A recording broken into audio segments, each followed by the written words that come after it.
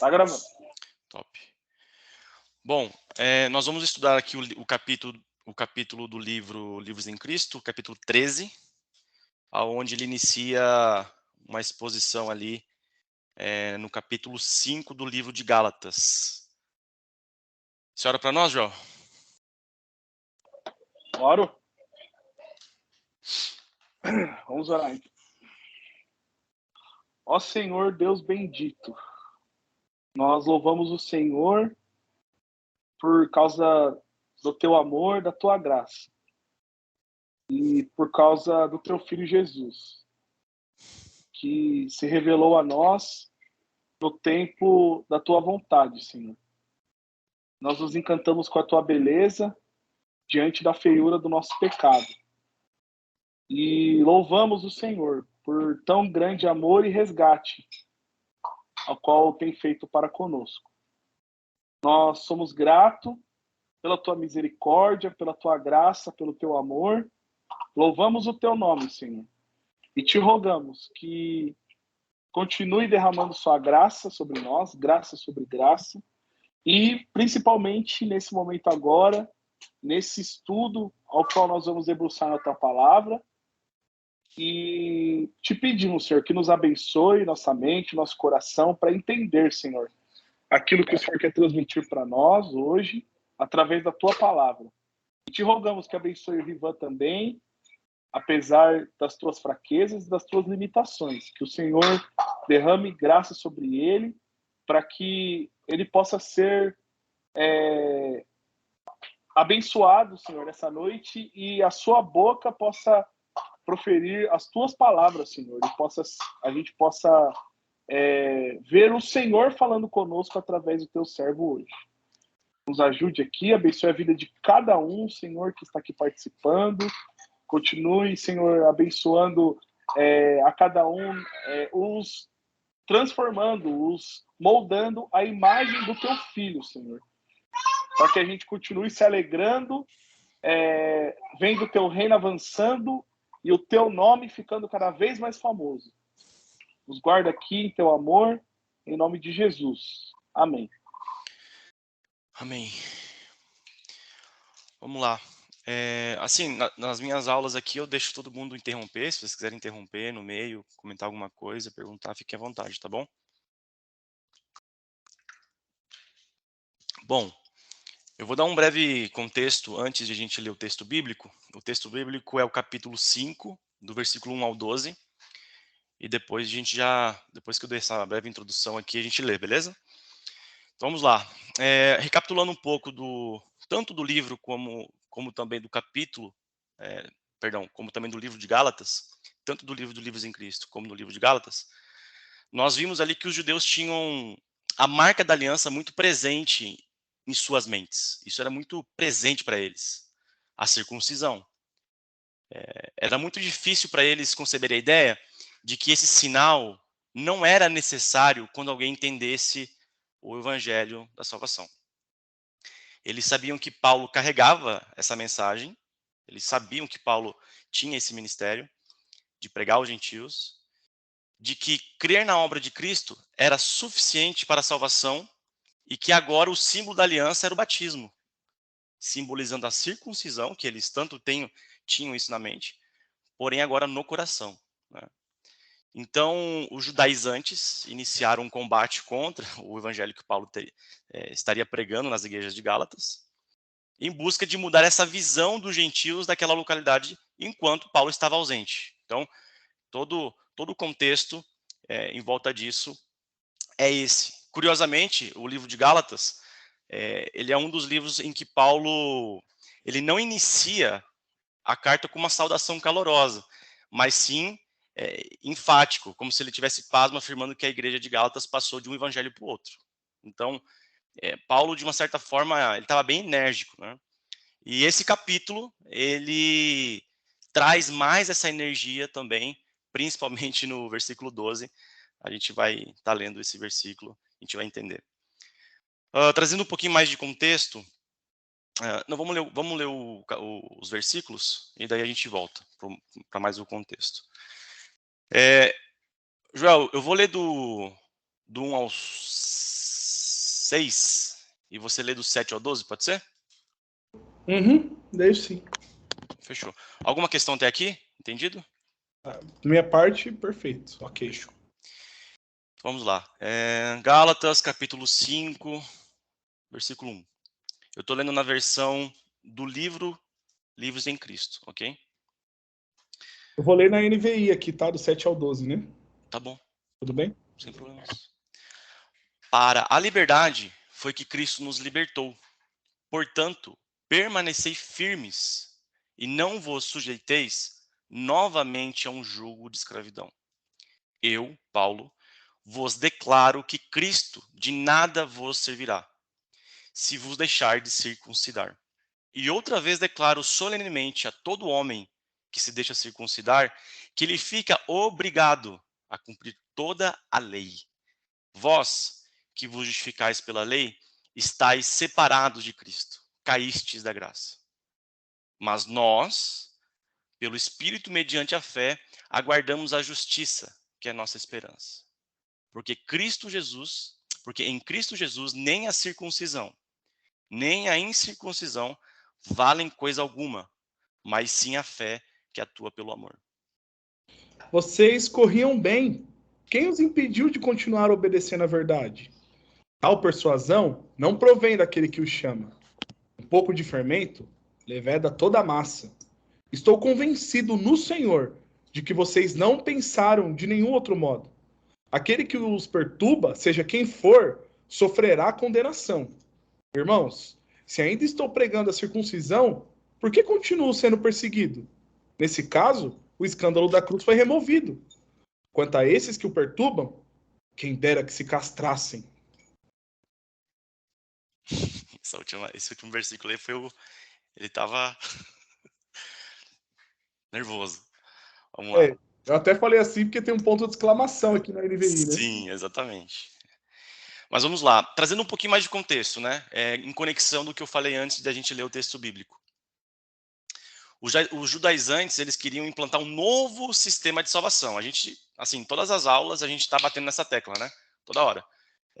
Muito parecido com uma visão atual das igrejas que a gente vê hoje em dia, né? E existe um conceito que eu quero trazer aqui, que o livro ele traz, só que ele não traz um outro lado que eu achei interessante trazer. Existe um conceito no pensamento reformado chamado monergismo, que é um conceito que significa ação de um. Ou seja, ação de Deus. É Deus que enviou seu Filho, é Deus que chama, é Deus que dá fé, é Deus que ilumina, é Deus que busca o pecador e é Deus que sustenta o pecador arrependido até o fim. Esse até o fim, o dia da redenção. No pensamento católico, por exemplo, existe um outro conceito que é o sinergismo, que é o que eles acreditam e pregam. Que o homem colabora com Deus na sua salvação. Então nós temos o monergismo, inclusive tem um site muito famoso, reformado, chamado Monergismo. Então nós temos o monergismo. Tem artigos muito bons lá, hein? Oi? Tem artigos muito bons lá no Monergismo. Exatamente.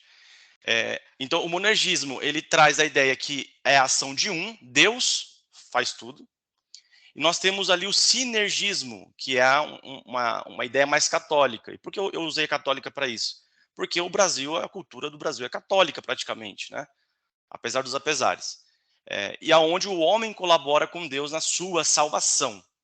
Não é à toa que esse pensamento está tão enraizado nas igrejas brasileiras evangélicas também.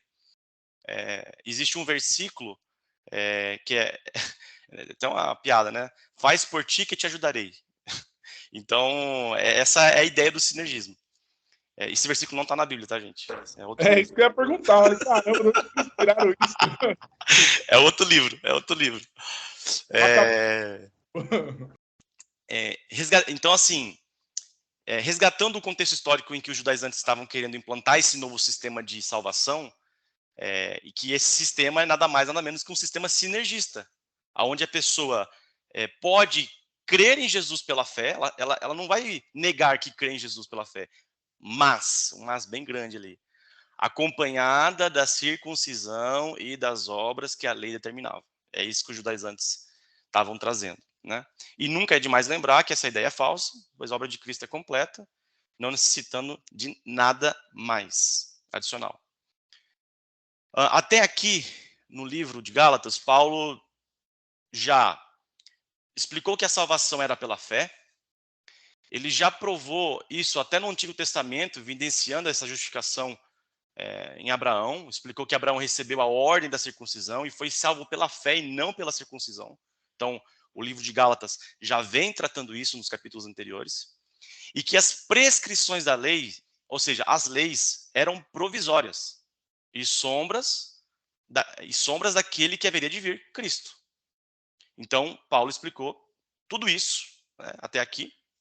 E agora, nesse capítulo, Paulo afirma que se eles quem? O povo de Gálatas, se circuncidassem, movidos por esse evangelho falso, Cristo não valeria mais nada para eles, né? A gente leu ali um versículo sobre isso, a gente vai tratar disso também mais à frente. E tem uma citação do Nicodemos que eu quero trazer aqui.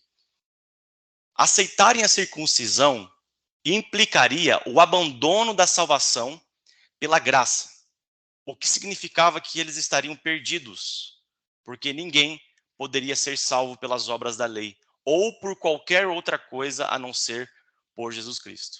A gente vai ser muito enfático nesse estudo aqui, vai ter muitas repetições sobre isso. Então, Paulo adverte isso do versículo 1 ao 6, e do 7 ao 12 ele derruba e mascara os judaizantes e seus apoiadores. E o Nicodemos no livro até fala que ele desmascara de uma maneira bem curiosa, né?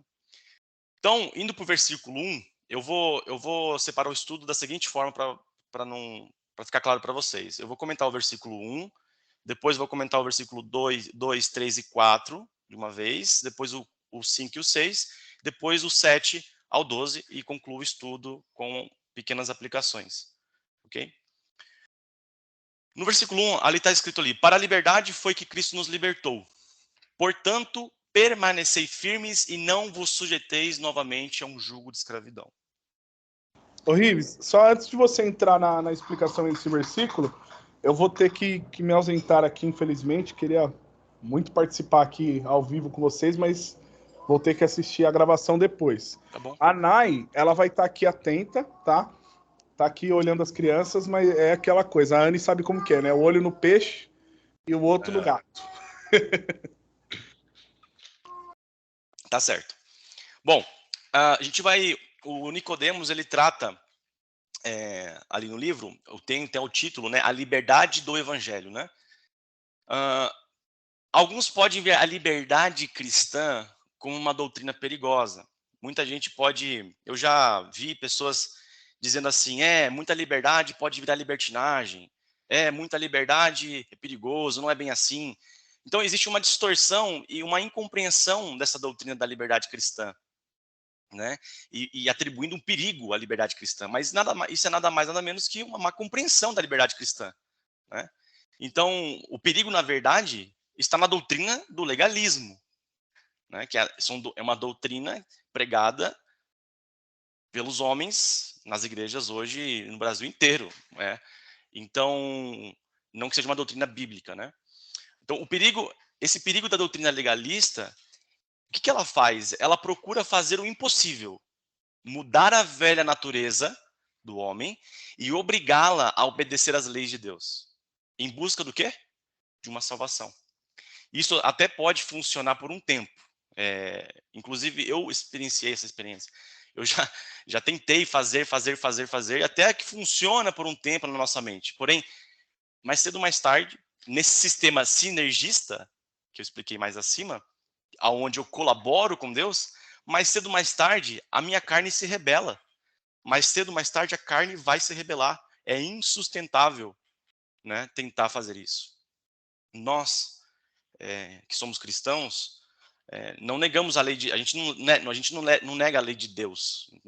O fato de a gente estar pregando a liberdade cristã não quer dizer que a gente nega a lei de Deus, nem que a gente se rebela contra ela. Na verdade, a gente depende do Espírito Santo.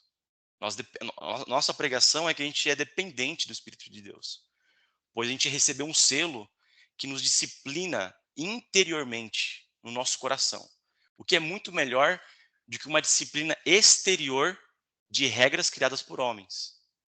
Infinitamente, assim, nem se compara. E nós não estamos mais debaixo da lei. Estamos debaixo da graça. O que também não significa que vamos ser rebeldes sem a lei. Ah, então tá bom, não tem lei, então vamos ser rebeldes. Até tem um versículo, né? Então vamos superabundar no pecado? Não, a gente não vai superabundar no pecado. Mas o que isso quer dizer? Quer dizer que nós não precisamos mais de uma força externa da lei para que a gente se mantenha dentro de uma vontade de Deus. Porque agora nós temos a direção interna de quem? Do Espírito Santo. Um outro ponto que eu quero trazer. Alguém tem algum comentário, gente? Eu tô seguindo. Se ninguém tem nada, eu vou seguir, tá bom? Um outro ponto, ninguém que tem uma vida piedosa, que depende da graça de Deus, que se sujeita ao Espírito de Deus, que vive para os outros, que procura glorificar a Deus, é capaz de se tornar rebelde. Na verdade, o legalista é que acaba se rebelando, porque ele é escravo. Isso aqui é muito importante. O legalista, ele é escravo. E aqui, ele não tem liberdade, porque ele é escravo. Ele é escravo do quê? Da carne dele. Ele vive para si mesmo. Ele fica buscando louvor nos homens, e não a glória de Deus. Então, ele fica nessa tentativa de se autoalimentar e muitas vezes cai naqueles grandes dilemas. Ah, Deus não me ama. Ah, poxa vida, eu não consegui cumprir tal coisa, então eu não faço parte do corpo de Cristo. E começa a entrar aqueles problemas psicológicos. Por quê? Ele já crê num sistema sinergista e legalista. E daí, isso tem consequências. O pecado tem consequências. E muitas das vezes essas dores, são essas tristezas provenientes de uma falsa doutrina. Porém, existe uma notícia que a gente recebeu, nós cristãos, que é o milagre da conversão. O milagre da conversão é uma transformação de mente.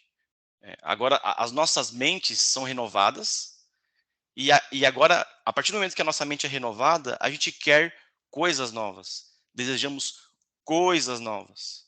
Por mais que a gente sofra tentações e desejos carnais, mas o que está em nós é o selo do Espírito Santo. A gente vai sempre, nós nunca vamos desistir de Deus. A vida pode até oscilar, a santificação pode até oscilar, mas nunca em decadência, sempre em crescente. E essa obediência que a gente busca após crermos em Cristo, essa luta que a gente tem contra o pecado, buscando uma santidade, uma obediência, não é mais por justificação, mas por amor, gratidão e por um instinto de uma nova natureza que nós recebemos aonde? Na cruz, no milagre da cruz. E aqui que entra a questão da liberdade cristã. Porque isso é liberdade cristã. O que é liberdade cristã? É nós estarmos livres para obedecer. Estamos livres para adorar, para escolher o bem, porque antes nós não podíamos escolher o bem. Antes nós éramos escravos da nossa carne, da nossa vontade. E hoje podemos verdadeiramente amar a Deus e sem amarras, sem ordenanças condicionais. Então, isso é liberdade cristã. Ela não tem a ver com se entregar às paixões, como alguns pensam, né? A liberdade cristã acha que a gente vai se entregar às paixões e aos desejos do velho homem e se perder. Isso é ilógico. Por que é ilógico? Porque quem entendeu a salvação, quem entendeu a justificação, a redenção, a liberdade cristã ela tem a ver, sim, com se entregar às paixões e desejos, mas não do velho homem, mas de um novo homem que por milagre nasceu do Espírito. E agora você se entrega a esses desejos. E ao passo que esses desejos e vontades vão nascendo no coração do homem, que não é do nada também, uma vez que você crê no evangelho, não é, pronto, agora eu vou desejar, meu desejo é puro e santo. Não, isso é um processo também. Então, a partir desse momento que esses desejos e vontades vão nascendo no coração do novo homem, ele não se agarrará em nada para se salvar ou ser aprovado. Essa é a maravilha do evangelho. Pois não faz sentido ele não crer em Cristo e depois ficar fazendo obras para poder ficar se vangloriando. Então, tem algumas pessoas que ainda se sentem inseguras com essa liberdade cristã e se entregam a sistemas religiosos e terceirizando essa decisão, terceirizando essa vida de liberdade cristã para algum líder religioso, por algum líder ditatorial de uma igreja, alguém que fala e está falado. Então, essas pessoas se sentem um pouco inseguras muitas vezes. E isso, ela está refém de uma doutrina legalista. E por isso que Paulo, ali no primeiro versículo mesmo, ele diz: portanto, permanecei firmes na liberdade. Essa na liberdade não tem, mas permanecei firmes na liberdade e não vos sujeiteis novamente a um jugo de escravidão. Então, esse é o que eu queria estar trazendo sobre a liberdade do evangelho, e aonde essa liberdade cristã é nada mais, nada menos que nós estamos hoje livres para poder obedecer a Deus, fazer a vontade de Deus, e Deus nos entregou isso, né, esse privilégio. E esse privilégio de seguir a Deus não é para qualquer um, é para quem Deus escolheu. Não tem a ver com obras humanas, não tem a ver com nenhum tipo de obras que eu faça e que eu consiga receber de Deus algum favor. E daí eu escrevi aqui um pequeno esquema de revisão para ficar mais claro para nós. A lei de Deus, ela tinha um propósito de guardiã. Acho que na última aula o Joel comentou sobre isso. Então, a lei tinha um propósito de guardião, tutor, para preparar a primeira vinda do Messias e também revelar o pecado. Foi tentado cumprir a lei, mas não foi possível. O homem não consegue cumprir a lei. Logo, Deus tinha ira. Então, a humanidade precisava de um Salvador. Jesus morreu pelos nossos pecados passados, presentes e futuros. A ira de Deus se satisfez e agora fomos justificados, livres da ira de Deus, e Deus nos vê agora como justos. Jesus agora nos exige obediência. Por quê? Porque agora somos livres para servi-lo, pois agora podemos escolher o bem. Então, essa é a parte da liberdade do evangelho. Alguém tem algum comentário, gente? Alguma dúvida? Se eu não souber, se eu souber, eu respondo, se não, vou tocar. Vamos lá. Daí nós temos as consequências da circuncisão, que o Nicodemos tratou, né? Paulo usa 3 frases ali no versículo 2, 3 e 4. Ele usa 3 frases para descrever as perdas que o cristão sofre quando deixa a graça e se volta para a lei. Quais são essas perdas? Anulação na obra de Cristo, a obrigação da guarda da lei e cair da graça, que é o tema é o tema central do capítulo. Então, no versículo 2, ele diz assim: eu, Paulo, vos declaro que Cristo de nada vos servirá, se vos deixardes circuncidar. Então, assim, essa é a anulação da obra de Cristo. Nós não contribuímos em nada para a nossa salvação. Deus nos salva completamente. Ele inicia e ele termina a boa obra, que é a questão do monergismo. Se voltarmos para a lei, nós nos encontraremos em uma situação de falência e seremos responsáveis por uma dívida que nós não somos capazes de pagar, anulando assim a obra de Cristo, né? No versículo 3, é a obrigação de guardar a lei. Então, assim, se ao praticar qualquer tipo de ordenança da lei, que me projeta para uma conquista de qualquer tipo de redenção, aprovação ou justificação, eu deverei cumprir toda a lei. Pois o mesmo que escreveu a lei A, escreveu a lei B, C e D. E ele pede para que a lei seja cumprida. Então, ele cumprir uma lei me faz obrigado a cumprir todas as leis. E os legalistas, eles não fazem uma observância honesta da questão da lei. Por quê? Eles fazem como se fosse um buffet. Eles escolhem aquilo que agrada, aquilo que traz mais glória, ou qual que é a lei que me traz mais prestígio. Eu vou escolher essa. Ah, essa aqui não é tão legal, essa aqui não é tão pomposo. Então, Ixi, tem um pernilongo aqui. O que evidencia ainda mais um sistema de orgulho e soberba. E que Deus tenha misericórdia para que a gente não caia nisso. Existe até um exemplo, né, do motorista de trânsito. Então, o motorista vai lá, passa no sinal vermelho e ele é parado pelo guarda. O guarda fala assim: ó, vou te multar. Ele fala: ô, motorista, mas ó, eu tô com os documentos em dia, cumpri a lei ali atrás, eu fiz a ultrapassagem correta, semana passada eu cumpri todas as leis. Não importa. Essa que você infligiu, você vai ser castigado por isso. Então, a pessoa que se orgulha de guardar uma parte da lei, e ao mesmo tempo transgride outra parte da lei, ela confessa que merece ser castigado. Então, por isso que esse é o segundo ponto que Paulo traz sobre a obrigação de guardar a lei. São coisas que o cristão perde quando ele se volta para a lei. Só recapitulando, eu estou falando das 3 coisas que o cristão perde quando ele se volta para a lei e deixa a graça. Que é o quê? Ele tem anulação da obra de Cristo e agora ele tem que guardar a lei. E daí a terceira é o 4º versículo. Vós, que vos justificais pela lei, estáis separados de Cristo. Caístes da graça.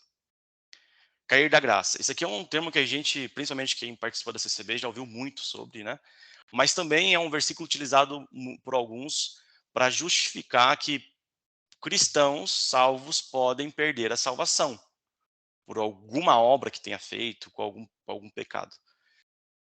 E aqui Paulo não está sugerindo isso. Aqui Paulo não sugere que cristão pode perder a salvação.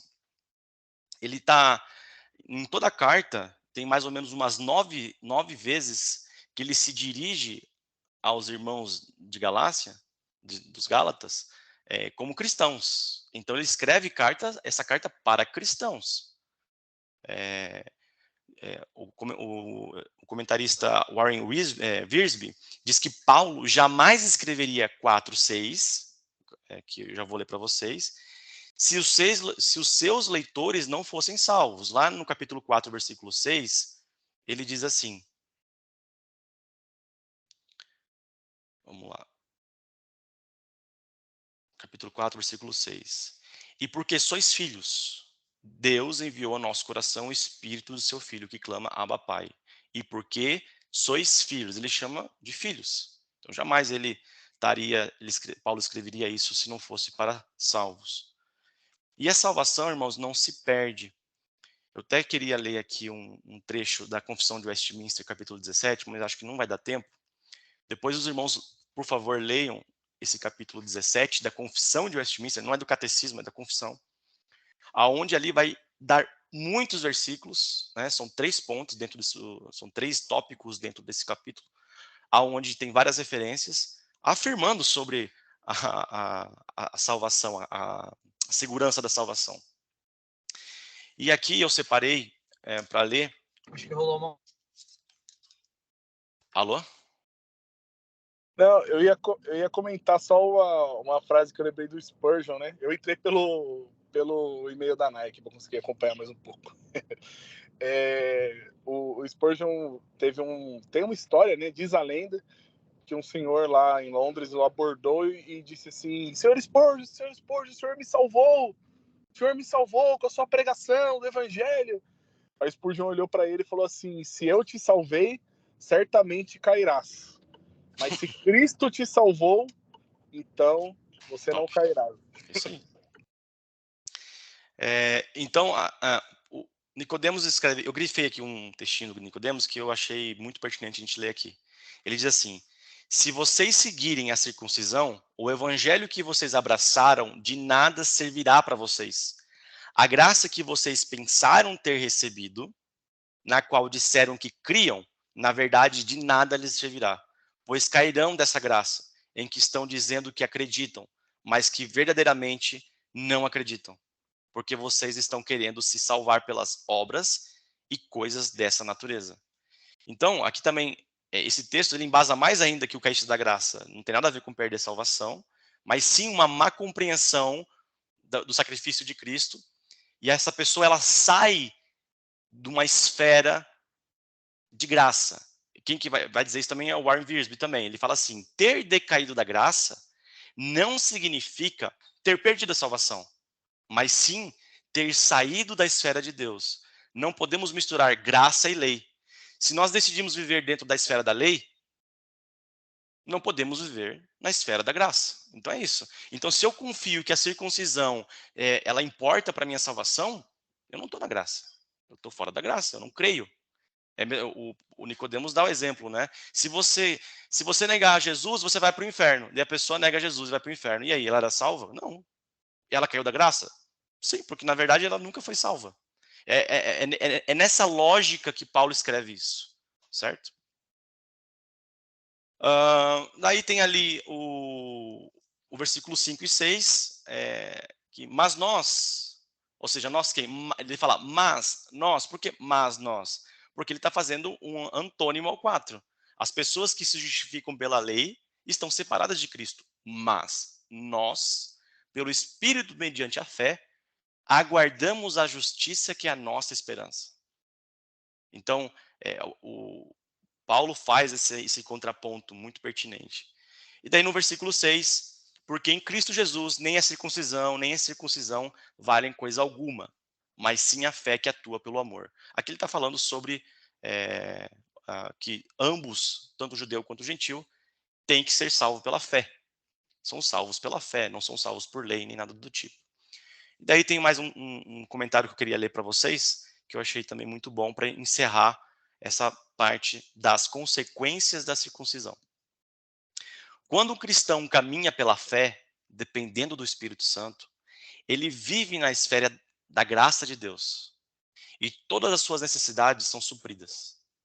Assim, o cristão que opta pelo legalismo, ele priva a si mesmo da liberdade e das riquezas espirituais e se coloca deliberadamente com um jugo de escravidão e de falência. Então, temos muito a perder em querer observar pontos da lei. E a gente vai ver mais para frente também, o Nicodemos, ele comenta no final do livro que isso para os nossos dias, muitas vezes, é transmitido como outras pequenas obras que podem não fazer parte da lei, mas que também têm um caráter de legalismo, né? Então, a gente tem que estar muito atento a isso, né? Então, eu finalizo aqui a parte das consequências da circuncisão. Depois nós temos um próximo bloco, que é os falsos mestres, que é do versículo 7 ao versículo 12. Então, versículo 7. Alguma questão até aqui? Comentário? Senão eu vou seguir. Não, então fechou. Versículo 7. Corrieis bem. Quem vos impediu de obedecer à verdade? Esse versículo ele é interessante, porque o apóstolo Paulo, ele sempre não, mas algumas vezes ele traz uma comparação ao esporte, ao atletismo, né, de vencer a carreira, de fazer ganhar o prêmio numa corrida e tudo mais. E ele traz essa ideia de novo aqui. E a tradução literal desse versículo é assim: vocês estavam correndo bem. Quem cortou a sua frente nessa corrida, fazendo-os abandonar sua obediência à verdade? Então, dá a impressão de que você estava numa pista correndo, alguém cortou a sua frente e você mudou a pista. Ou seja, você saiu da pista da graça e entrou na pista do legalismo. Então, e claro que Paulo faz essa pergunta, é uma pergunta retórica, ele sabe a resposta dessa pergunta, mas ele traz essa ideia, né, que a pessoa agora ela saiu da graça, né? Vocês iam bem, vocês estavam na pista da graça, vocês estavam encaminhados daquele evangelho, aquele primeiro evangelho que eu preguei. Mas e agora? Quem que vos impediu de obedecer à verdade? Quem que vos impediu de correr nessa pista? Né? Daí ele vai desenvolver isso mais para frente. Então, no nosso caso aqui, a aplicação para nós hoje nós não corremos essa corrida da fé. Hoje em dia para nós não é para a gente ser salvo, mais uma vez, né? Mas sim porque nós já somos salvos e nós desejamos realizar essa corrida porque a gente quer realizar a vontade de Deus em nossas vidas, porque nós agora somos livres para isso. Porque nós podemos fazer o bem, podemos escolher o bem, graças a Cristo Jesus. Versículo 8 e 9. Quem vos convenceu a agir assim não vem daquele que vos chama. Aqui Paulo já está dizendo que os judaizantes, o evangelho que os judaizantes estavam trazendo não era de Deus, não vinha de Deus. Para não dizer que os judaizantes não eram de Deus.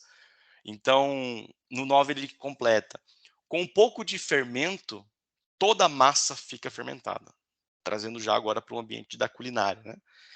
O fermento sempre foi um símbolo no Antigo Testamento, não sei se é no Antigo ou na Bíblia toda, como um símbolo mau, ruim, né? E o poder do falso ensino ele é tremendo, né? Porque ele cresce e a gente muitas das vezes nem percebe. Então e o fermento, né? Ele do nada ele cresce tudo, né? Então essa palavra fermentar, ela ilustra muito bem o que os falsos ensinos fizeram na Galácia e que os falsos ensinos hoje fazem nas igrejas e que eles fazem no nosso coração e dentro da nossa casa. E permeia toda a cultura, permeia todo o nosso pensamento, a nossa lógica de pensar, como a gente lida com as coisas. Então, nós precisamos estar sempre atentos, em contato com a palavra, em contato com os meios de graça, para que esses falsos ensinos sempre sejam rechaçados. Porque o discernimento, o pastor Anderson falou isso um dia no estudo na casa da Lena, que o discernimento, muitas das vezes, não é só discernir o certo do errado, mas às vezes é discernir o certo do que parece certo. E isso é necessário, e para que isso aconteça é necessário o Espírito Santo no nosso coração. E outro ponto é que nenhuma igreja é tomada pelo legalismo do dia para a noite. Assim como o fermento, esse espírito legalista, ele é introduzido aos poucos, e quando vemos, tudo já está contaminado. E na maioria dos casos, as motivações até podem ser boas, porque podem dizer assim, não, a gente deseja ter uma igreja espiritual, a gente quer louvar a Deus, a gente quer ser mais zeloso, mas a falha, na maioria das vezes, está nos métodos que para alcançar esse tipo de zelo, esse tipo de desejo, e as falhas estão nos métodos que não condizem com a Escritura. São métodos humanos, são regras humanas. Então, nós precisamos ter muito cuidado, parar de ouvir falsos mestres, parar de ouvir. Muitas das vezes a gente sai de algum meio, a gente sai de alguma instituição e a gente se sente tentado estar lá ouvindo, ou dando uma bisbilhotada, dando uma olhada, e isso é uma imprudência, né? Por mais que muitas das vezes a gente está indo olhar só para ver se tem algum erro, mas nosso coração é enganoso e muitas vezes a gente pode ser pego de desprevenido. Vou seguir para o 10:11. Alguém tem algum comentário? Não? Ok. 10. Quanto a vós, confio no Senhor, que não pensareis de outra forma. Paulo aqui estava confiante que eles voltariam para a pista da graça, né? Mas aquele que vos perturba, seja quem for, sofrerá condenação. Eu, porém, irmãos, se continuo pregando a circuncisão, por que ainda estou perseguido? Nesse caso, o escândalo da cruz estaria aniquilado. Aqui, o Nicodemos, no livro dele, até comentou, né, que essa acusação, os judaizantes acusavam Paulo de que ele pregava a circuncisão também. Por conta de Timóteo, quando Paulo orientou Timóteo a se circuncidar porque ele era judeu. E pelo fato, daí Paulo ele argumenta, tá, se eu prego a circuncisão, então, por que ainda eu sofro perseguições? Não faz sentido, é ilógico. Então Paulo argumenta dessa forma. E Paulo, uma curiosidade, Paulo pediu para que Timóteo circuncidasse por uma questão de estratégia missionária. Porque Timóteo, ele estava iniciando o ministério ali, era um rapaz jovem, e ele tinha ali judeus, né? Paulo queria remover qualquer tipo de obstáculo no ministério de Timóteo entre os judeus. E Timóteo podia ser circuncidado porque ele era judeu. Não era um gentil. O problema ali que Paulo está atacando é impor circuncisão a gentios, alegando que esse ato é um ato que importa para a salvação. Esse é o problema ali. Timóteo não se circuncidou crendo que aquele ato ia salvar ele. Foi por pura mera estratégia missionária. Versículo 12. Quem dera se castrassem aqueles que vos estão perturbando. Paulo era muito dedicado ao ministério dele. Paulo foi o apóstolo que mais escreveu cartas. E Paulo realmente, com razão, estava chateado. E ele desejava, assim, que os falsos mestres se castrassem para que não gerasse mais filhos da escravidão. né? Então, Paulo, ele desabafa ali, dizendo isso. Irmãos, eu terminei aqui todos os comentários dos versículos, e daí tem as aplicações e conclusões, que são bem simples. Eu acredito que Deus nos deixou meios de graça, para que a gente não caia nesse tipo de problema. Sendo elas oração, leitura bíblica, ir aos cultos, não faltar aos cultos, certo? Ter uma comunhão com os irmãos, se confessar aos irmãos, ter conversas santas com os irmãos. Eu acredito que isso é meio de graça. Estar no culto ouvindo uma palavra pregada, uma exposição de uma boa palavra. Outro meio de graça é do apego de Deus nas tribulações, nas dúvidas. Estar na graça é tão maravilhoso que até quem tem dúvidas de uma salvação, na Confissão de Westminster, no capítulo 18, não 17, eu falei para vocês lerem no 17, mas no 18, no último ponto, que é o quarto, lá diz que até quem tem dúvidas da sua salvação, Deus sustenta essa alma até que ela volte a ter confiança na salvação. É maravilhoso estar nessa plataforma, nessa pista da graça, permanecendo no amor de Deus e salvos para a sua glória. Então, para encerrar, a graça de Deus ela é suficiente a todas as necessidades da vida. Todas. A gente precisa crer nisso. Nós precisamos crer nessa verdade. Somos salvos pela graça e servimos pela graça. Ela nos permite suportar o sofrimento e nos fortalece a fim de nos tornarmos soldados vitoriosos. O nosso Deus é o Deus de toda a graça. Podemos nos aproximar do trono da graça e encorajar ajuda em todas as nossas carências. Então, ao ler a Bíblia, a palavra da sua graça, o Espírito da graça, nos revela como somos ricos em Cristo, podendo ser livres nele, escolhendo bem e louvando ele.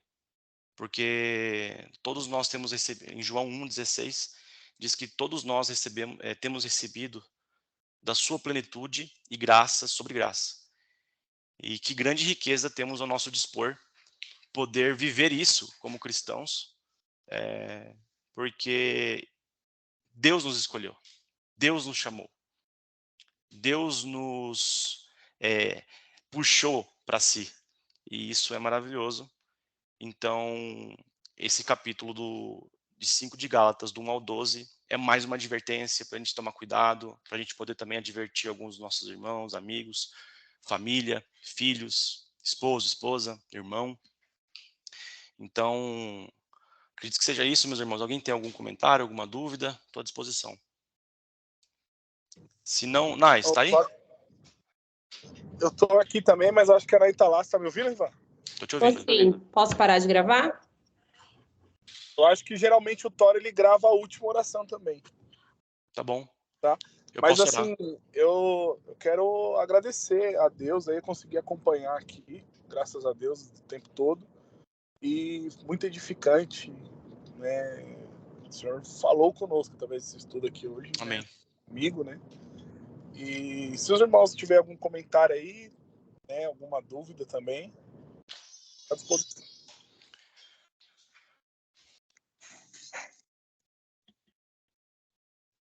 Acho que não, João. Acho que tá tudo certo. Se Deus não... abençoe aí. Tá? Deus abençoe, Amém, foi amém. maravilhoso. Muito edificante. Hoje ainda eu estava falando com uma pessoa que é da CCB, e se eu tivesse já tido esse estudo, teria me sido muito útil. Mas vou usá-lo ainda. Uhum. Não se esqueçam de ler a confissão, o capítulo 17 da confissão de Westminster. Eu vou mandar lá no grupo para vocês lerem, para lembrar vocês também. Legal. É muito bom. A confissão de Westminster é poderosa, porque ela expressa, ela não é a Bíblia, mas ela tem a Bíblia ali, as referências da Bíblia. Então é um estudo glorioso que Deus deu para nós também, né? É um símbolo de fé reformada que Deus nos deu. Coloca lá então, Vou colocar sim, lá. para a gente. Deus abençoe, viu? Tá bom. Foi muito bom. Perdoem qualquer coisa aí. mas na próxima a gente vem com mais força. Deus abençoe. Amém. Deixa eu orar. Joel tá aí? Nai? Quem tá aí? Tô aqui, pode orar. Eu vou orar. Senhor, nosso Deus, nosso Pai, queremos te agradecer, Senhor, por este momento entre irmãos. Queremos te agradecer por este momento, porque o Senhor tem sido gracioso conosco. O Senhor tem dado a graça de podermos abrir a Bíblia, de podermos ler a Bíblia, podemos estudar e aprender mais de Ti. Te agradeço, Senhor, por ter conduzido esse estudo. Cremos que o Senhor esteve aqui conosco e nos ajude, Senhor, que todas essas palavras ditas, esses comentários trazidos aqui, estejam em nossos corações, que possamos nos lembrar, que possamos meditar neles durante a semana ou qualquer outro dia que o Senhor trouxer à nossa mente. Queremos te pedir que o Senhor continue abençoando a semana, que o Senhor possa nos guardar, nos conservar, e te pedimos, Senhor, tudo isso em nome de Cristo, que reina para sempre. Amém. Pode parar a gravação aí, né?